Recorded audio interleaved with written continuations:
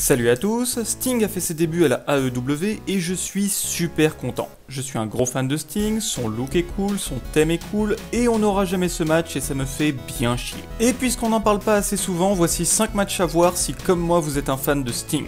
Numéro 5, comment parler de Sting sans parler de son meilleur adversaire et peut-être inversement, Ric Flair. Il faut savoir qu'avant de ressembler à ça, Sting était un grand babyface avec un look qui mélangeait l'Ultimate Warrior et John Cena. Les deux adversaires se sont affrontés un paquet de fois, premier et dernier main event de WCW, mais 2 matchs sont surtout à retenir, et le premier d'entre eux, ou plutôt le deuxième, c'est à The Great American Bash 1990. Un match très attendu par les fans qui fait suite à la première confrontation entre les deux catcheurs dont on va reparler. Numéro 4, Sting contre Vader lors de Starrcade 1992. Dans les années 90, Big Van Vader fait ses débuts à la WCW et entame une rivalité contre Sting.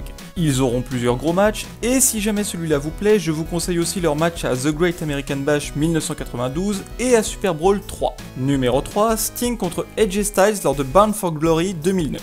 Pour ceux qui ne connaissent pas la TNA, Bound for Glory est, toute proportion gardée, l'équivalent de WrestleMania à la WWE. Et comme un certain Undertaker, Sting n'a jamais perdu un match lors de ce show. En 2009, sûrement influencé par un certain match, AJ Styles, alors champion de la TNA, lance un défi à Sting à Bound for Glory pour le titre. Un match à double enjeu puisque Sting hésitait à l'époque à prendre sa retraite. Et sans être à la hauteur d'un Taker vs Michaels, ce match aurait été un très beau départ pour Sting. Un match plus que solide face au jeune visage de la fédération, en dehors du Dream Match tant espéré, je n'aurais pas vu de plus belle façon de partir à l'époque pour The Icon.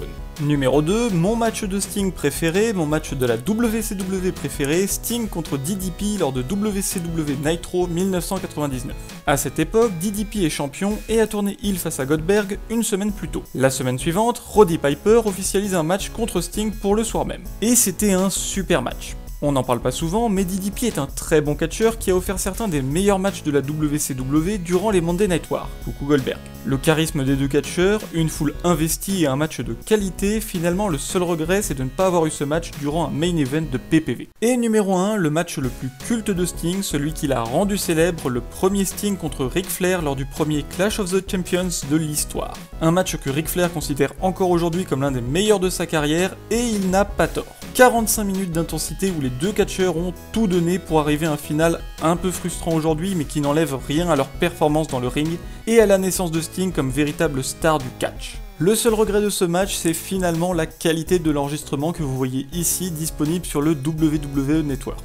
Mais j'espère quand même que cette vidéo vous aura donné envie de vous replonger dans l'histoire de Sting et dans ses matchs les plus cultes. Si c'est le cas, pensez à laisser un pouce bleu. Si cette vidéo vous a plu, pensez à la partager, vous abonner et surtout n'oubliez pas... I just want you to know this isn't goodbye, it's just see you later.